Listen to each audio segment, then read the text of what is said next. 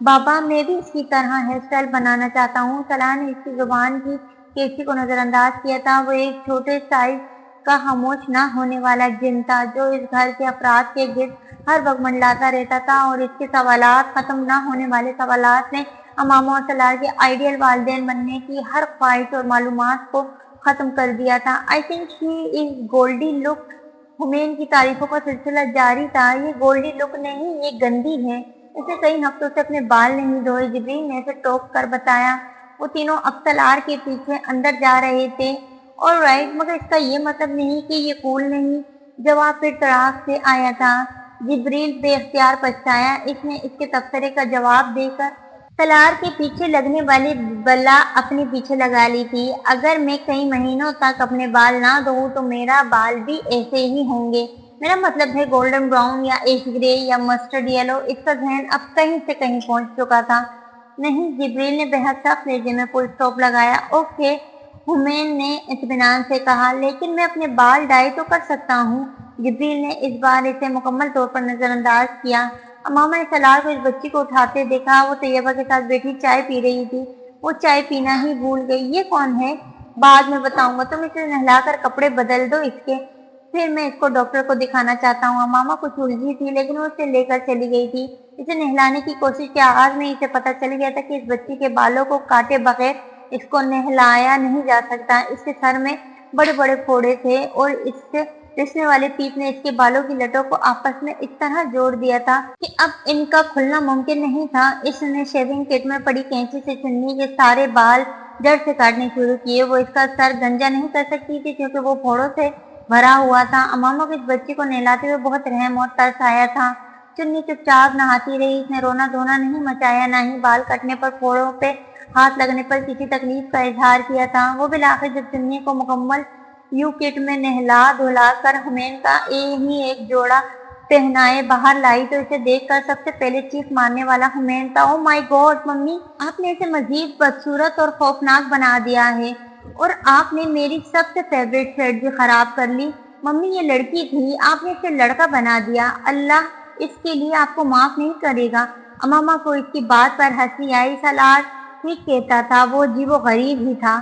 اس سال سے چننی سلار سکندر کے خاندان میں نہیں آئی تھی۔ اس سال اس کا دوسرا بڑا واقعہ سلار سکندر کے برین ٹیومر کی تشخیص تھا۔ اب اس کا کیا کرو گے؟ امامہ نے اپنے بیڈ پر سلار اور اپنے درمیان پرسکون گہری نیند میں چننی کو دیکھتے ہوئے سلار سے پوچھا، اور وہ بھی اس وقت چننی کو ہی دیکھ رہا تھا۔ زندگی میں پہلی بار کسی نے محبت اور شفقت سے اس کا پیٹ بھرنے تک اسے کھلایا تھا، اور وہ بے حد رغبت سے امامہ حمین کے ہاتھوں سے لقمے لے کر کھاتی رہی، خاص طور پر حمین کے ہاتھوں سے، جو بہت ضد کر کے اس کار خیر میں شامل ہوا تھا۔ او مائی گاڈ، حمین نے اپنے ہاتھ میں پکڑا پہلا ہی لقمہ کھانے پر جیسے خوشی سے مخصوص انداز میں چیخ مارتے ہوئے نعرہ لگایا تھا، ممی یہ مجھے پسند کرتی ہے۔ 6 فٹ دور بیٹھے جبریل نے ایک کتاب کے وقت گردانی کرتے ہوئے ایک لمحے کے لیے نظر اٹھا کر اسے دیکھا، اور پھر بے حد تحمل سے اگلا صفحہ پلٹتے ہوئے جوابی سرگوشی کی، صرف یہی تمہیں پسند کرتی ہے۔ سلار نے کچھ دیر پہلے ہی امامہ کو اس کے اور اس کے باپ اور خاندان کے حوالے سے پیش آنے والے تمام واقعات کو اپنے احساس جرم کے ساتھ آگاہ کیا تھا، اور چننی کے لیے امامہ کی ہمدردی اور ترس میں بے پناہ اضافہ کر دیا تھا۔ لیکن اس کے باوجود اہم ترین سوال وہ تھا جو اس وقت امامہ نے پوچھا تھا۔ میں اسے کسی یتیم خانے یا ویلفیئر ہوم میں داخل کروانے لایا ہوں۔ جو کچھ اس کے ساتھ ہوا، مجھ پہ اتنی ذمہ داری تو آتی ہے کہ میں اس کی زندگی خراب نہ ہونے دوں۔ سلار نے سنجیدگی سے امامہ سے کہا، تم احساس جرم کا شکار ہو رہے ہو۔ اس کے اعتراف کے باوجود امامہ کہے بغیر نہ رہ سکی۔ ہاں، جو کچھ اس کے باپ نے اپنے خاندان کے ساتھ کیا، اس میں بھی قصوروار ہوں۔ تھوڑی سی زیادہ کنسرن دکھاتا میں تو یہ سب نہ ہوتا جو ہو گیا۔ سلار اسے دیکھتے ہوئے کہہ رہا تھا۔ امامہ نے اس کا ہاتھ تھپکا۔ تم اسے اپنے پاس رکھ کر کسی یتیم خانے میں داخل نہیں کروا سکتے ہو، خاص طور پر اس صورتحال میں جب اس کے رشتہ دار موجود ہیں اور کورٹ نے انہیں اس کی گارڈین شپ بھی دے رکھی ہے۔ وہ تمہارے خلاف قانونی کارروائی کر سکتے ہیں۔ امامہ نے جیسے اسے خبردار کیا تھا، مجھے پرواہ نہیں، اس کا بھی کچھ نہ کچھ انتظام کر لوں گا۔ فی الحال میں نے اپنی لیگل ٹیم سے کہا ہے کہ وہ اس کے بارے میں مجھے ایڈوائز کریں۔ کورٹ کو اپروچ کیا جا سکتا ہے، اس بچی کے لیے گارڈین شپ بدلی جا سکتی ہے۔ وہ امامہ سے کہہ رہا تھا اور اس ساری گفتگو کے دوران سلاح نے ایک لمحے کے لیے بھی اس بچی کو گود میں لینے کے آپشن پر سوچا ہی نہیں تھا۔ وہ صرف اس بچی کی بہتر نگہداشت چاہتا تھا۔ یہ خیال پہلی بار اس گھر میں حمین کو آیا تھا جو دوسرے دن امامہ سے چننی کا نام پوچھنے کی جدوجہد کر رہا تھا۔ مجھے یاد ہی نہیں رہا تمہارے بابا سے اس کا نام پوچھنا۔ امامہ کو اس کے استفسار پر یاد آیا۔ میں اس کا نام رکھ دوں؟ حمین نے ماں کی بات کے جواب میں اسے تجویز پیش کی۔ نہیں، تم یہ نہیں کر سکتے۔ جبریل نے جیسے اسے لگام ڈالنے کی کوشش کی۔ تو دوستوں، کہانی ابھی جاری ہے۔ اگر آپ کو کہانی پسند آ رہی ہے تو کہانی کو لائک، اور جن دوستوں نے اب تک میرے چینل کو سبسکرائب نہیں کیا وہ میرے چینل کو سبسکرائب کر کے بیل آئیکن دبا دیں تاکہ آنے والے اگلے حصے کی نوٹیفیکیشن آپ تک پہنچ جائے۔